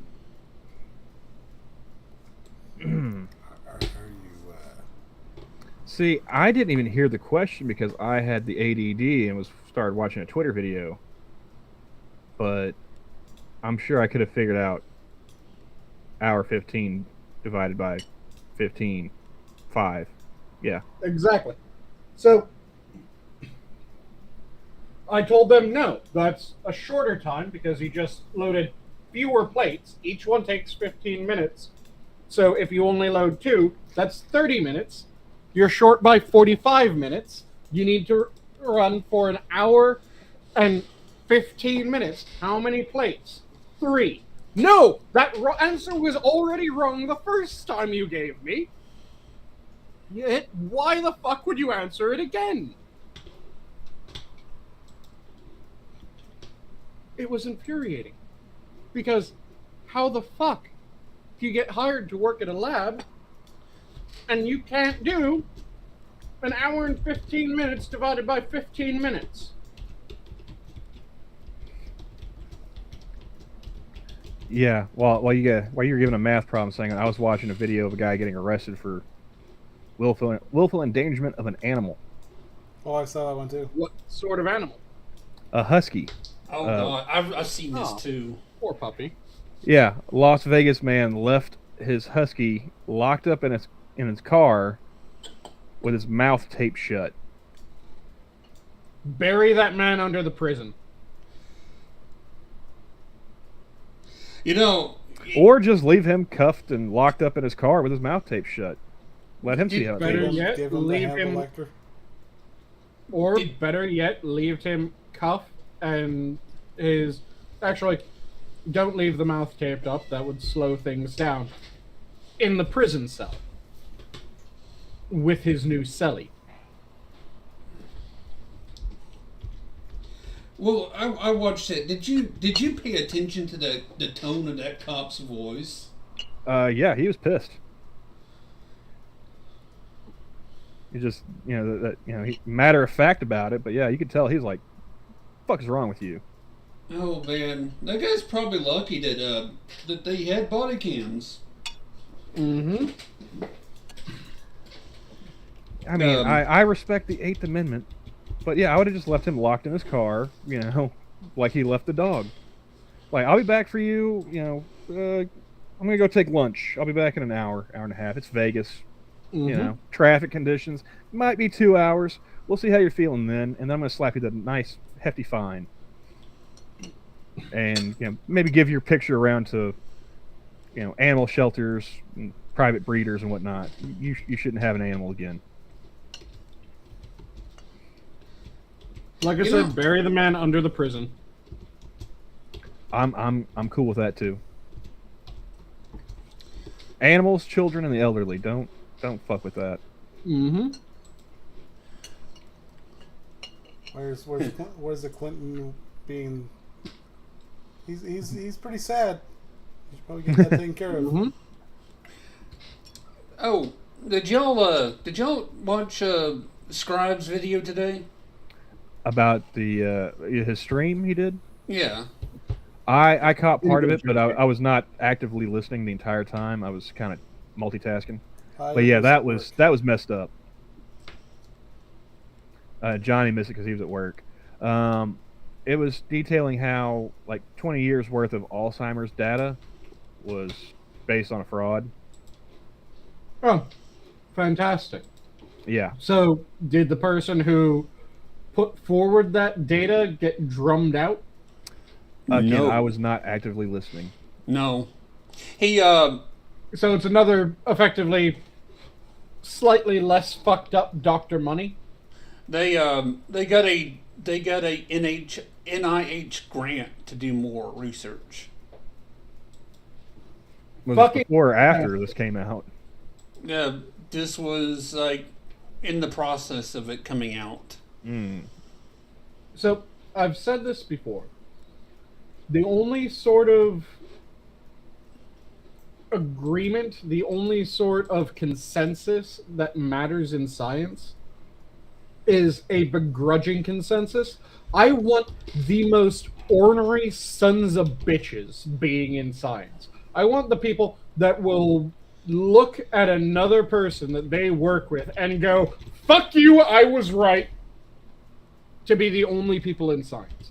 Because if those people are the ones in science, which is what it was historically, and what it has been for the longest fucking time up until recently, you end up with Scientist 1 says, "I think that this is the most accurate way of explaining this phenomenon."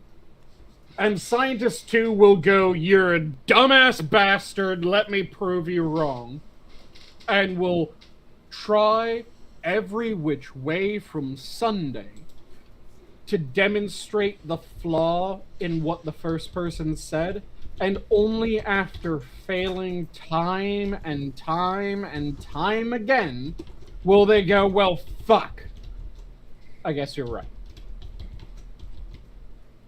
And that's when you know that something is actually probably right. Cue the Razor Fist gif.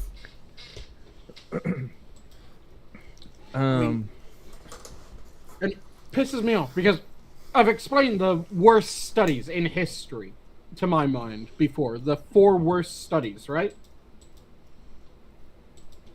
I'm sure you have. I got distracted by you guys saw the video screen falling on the Asian pop star dancer or whatever, right? I did not. No. Was it a he or a she? I mean, it's not like a close-up video, so I couldn't say. Asian indeterminate? Yeah, I'm gonna assume it's popular boy band. So Okay. okay, it says 2 dancers were hospitalized. Yeah, one of those people, the one it fell on. If that guy's not dead, okay. Because like the screen comes out like one of the. I gotta see if I can find the video without going to the New York Times. Mm-hmm. I think Poe brought it up earlier. Oh, of course he did. Well, you quickly look that up. The 4 studies I was referring to are the Wakefield, which is the vaccines cause autism paper, the Seralini, which is the glyphosate is a carcinogen and causes cancer paper, the Dr. Money, which fuck that bastard, he should have been in prison and buried beneath it. He should have That was gone to the Hague. the Dr. Money paper is the paper that started out the absolute insanity of the gender is entirely a social construct. His paper had a 100% suicide rate. He declared it a resounding success. And then the 4th one, which deserves 10 times the punishment that Money received, is the Berlin pedophile experiment, where they took children that were sired by people that they determined were in danger of having fascistic. Let me say that again because it almost sounded like I said fetishistic. Fascistic tendencies. And then gave those children to pedophiles for the pedophiles to raise. I don't recommend sharing this on screen, but there it is in the side chat if you guys want to peep the clip Poe posted earlier in the day. Copy that. Will do. Oh, and by the way, in the Berlin pedophile experiment, it ran and Oh, Travis has seen it. he immediately pops it up and shares it in another tab. Nice, Johnny. that is oof. Oh. No. Yeah, see, it landed on that guy, and then it fell over on its side on another person. That is like Final Destination bullshit right there. That's what I was Yeah. thinking. That little If that- Hong Kong pop dancer, he If that tempted guy- fate one too many times or something. If that guy did manage to live, I actually feel even more sorry for him because that's Oh, that does pose a good hypothetical. You know, what is worse? You know, having your head smashed and dying from a giant screen while you're doing a pop routine, and then the whole world sees it because of the internet, or surviving. That is a hell of a thing. sorry. I'm very sorry. Way to go, Did you Travis. just imagine the pop sound as it rolled? No, I read the comment underneath there that says, that screen is pounding more twinks than I am. Lucky bastard. God damn it. Oh, good lord.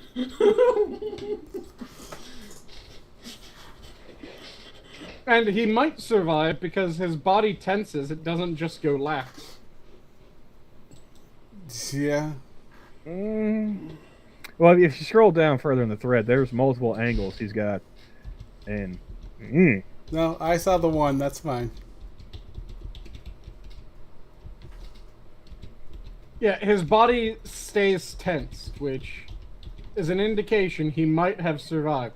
That scream, though, apparently took a fucking beating.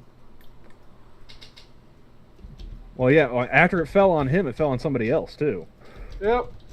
It falls off towards the left of the screen, and there's another dancer in that particular area. And I don't know, something about Hong Kong boy band. I don't think that fella had the upper body strength to, you know, keep it from crushing him too. Yep. Yeah, neither of them are probably known for being particularly durable, shall we say. Well, I mean, you might be right. He might have survived for a few moments. Yeah, but he's gonna have somebody else. You know, he's gonna be eating soft food the rest of his life. If that's the case, somebody else is gonna have to tie his shoes for him.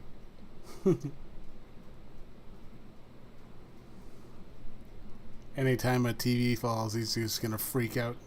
Oh, just gonna hear "Fortunate Son." Yeah. You'll terrify the man by whispering Sony. Freaks out in any house that has a flat screen. You just got to go back to the cathode ray tubes.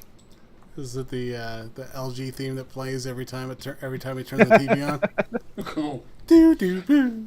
Ah! Ah! Well, life is not good. If you want to make him go catatonic, just, you know, figure out how to say LED in Hong Kong. That's Cantonese, or am I thinking Hong Kong's Cantonese? Yeah. Yeah. So that's regional dialect is beyond me. Well, I was Cantonese. thinking Wayne's World. Hong Kong's Cantonese. A good chunk of southern China is Cantonese. The majority of northern China is Mandarin. Then there's a bunch of other regional dialects. One of the weirdest is Shanghainese, which, if you speak Mandarin and you're trying to act like you can understand Shanghainese, and you do not have Shanghainese itself, it will make no fucking sense. The best example of that I have to the top of my head is in Mandarin, I is wo. So you would use wo as I, and it is common. All of Mandarin, except for Shanghainese, which is technically Mandarin, despite not being fucking Mandarin, uses that as I. In Shanghainese, if I remember correctly, I is Liang. Liang in Mandarin means two. But it means two of something. Because two standard in Mandarin is art. And if you aren't dealing with just counting, because then it would be yi, er, san, shu, wu, liu, qi, ba, jiu, shi, you'd have... Someone play that backwards. When you're talking about, like, two of something, like, let's say 2 Oreos, it would be Liangge Oreo, because you'd still use Oreo, it's a brand name. Or saying 2 Jiaozi, then it would be Liangge Jiaozi. Or if you're talking a bowl of soup, it would be Liang Wan, and then it would be the type of soup. But okay, I like how Sanguine is explaining the different regional dialects of Chinese, while I'm just sitting here doing like the Zapruder film with this thing. Yes. yeah. But yeah. Somebody said apparently the stage collapsed under his head. These screens, there's no way that screen's only like 65 pounds. Bullshit. Unless it's really lightweight, like aluminum struts rather than... I mean, if it was so lightweight, why did it break the break the cable holding it? Oh, you know that. Well, cables aren't. Those types of cables aren't that strong. Even if it's like 65 pounds. 65 pounds is a lot of weight to fall into somebody's head. That's a lot of weight to take straight to the dome. Yeah. It'll fuck your head up, but you might be able to survive it. Yeah, that's not a subtle drop. Like, that thing was Yeah, that impact. I mean, Meme text.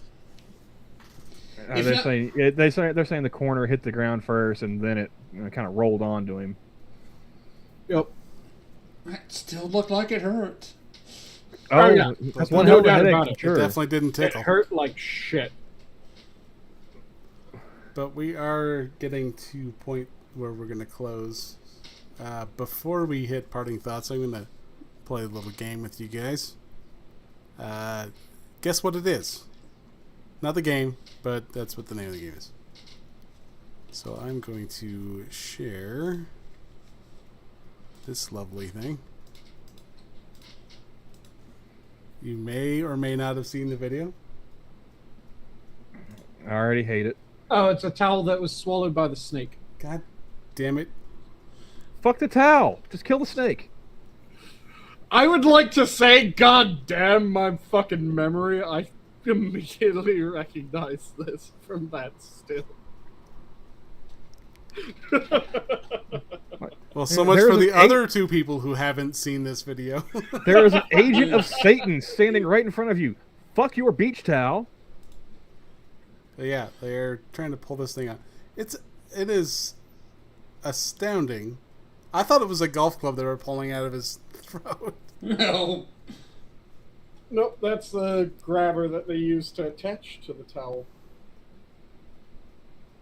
The snake squeezer behind him. Yep.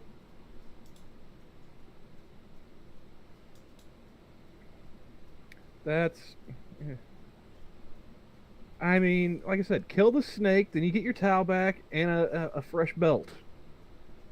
And that's a pretty big boy. You might even get a pair of boots.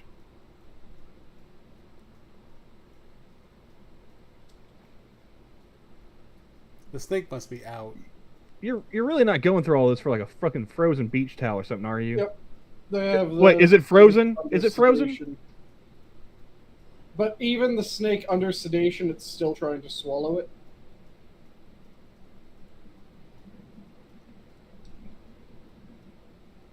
And you can see from how its body kind of writhes and jerks through the process that even sedated, It's there's definitely muscles trying that to- are still trying to swallow it. You would think that they would use some kind of paralytic. Oh, they used one that effectively Yeah. paralyzes the conscious muscles. But Ah, hug. Sorry about your kid. there's the sympathetic and parasympathetic system, and it paralyzes the unconscious side of that, not the or it paralyzes the conscious side of that, not the unconscious side. Yeah, that was the right way I said it. Oh, everyone comes back for the snake video. Tock, danger noodle. Mm-hmm. I But, kind of want to set it as forceps now because I could use those to get up inside of washer pumps really easily. Oh, Was anyone else really worried where he was going with that when he said I could use it to get up inside of? No. I mean, if he is, I mean, Travis is from Oklahoma, so I wasn't worried about it. If he'd been from Florida or Louisiana, I mean, maybe. No, fuck that. If he had definitely been Florida. from Washington. Washington, I think, is the state that has had the greatest number of serial killers.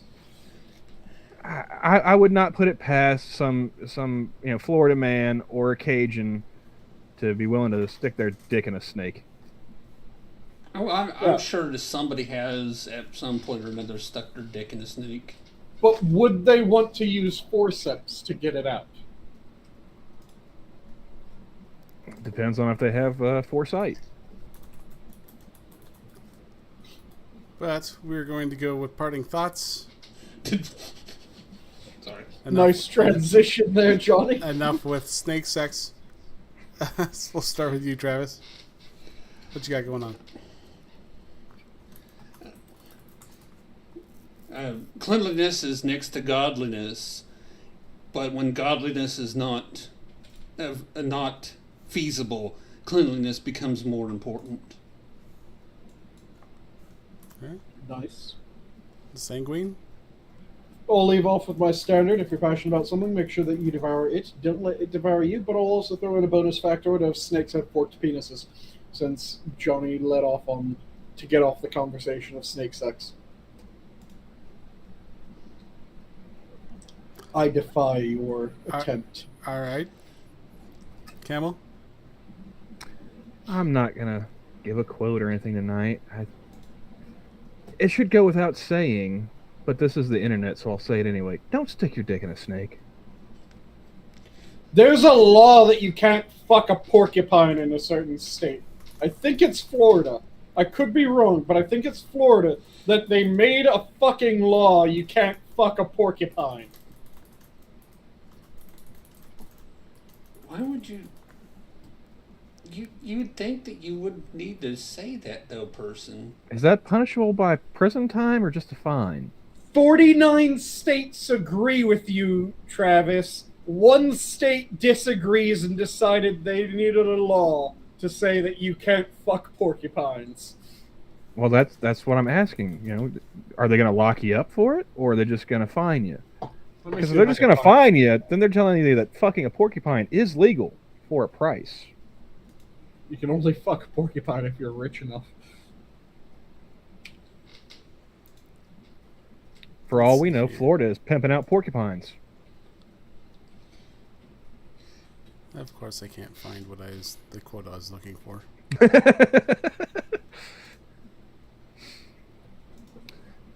Let's see. The only state where it is illegal to have sex with a porcupine. They say it's the only state, but there is a general ban on having sex with animals. But it's the only state that had to get specific as to. Yes, that had to specifically call out porcupine. All right, now I'll get my quote here. I remembered it. It was Florida. Florida's the state where it's illegal to have sex. Hey, you, porcupine fucker! Do you need assistance?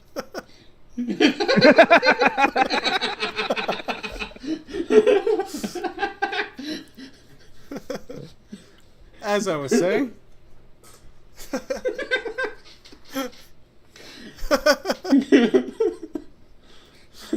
Let's just see how that works. Oh, I'm being against fucking porcupine.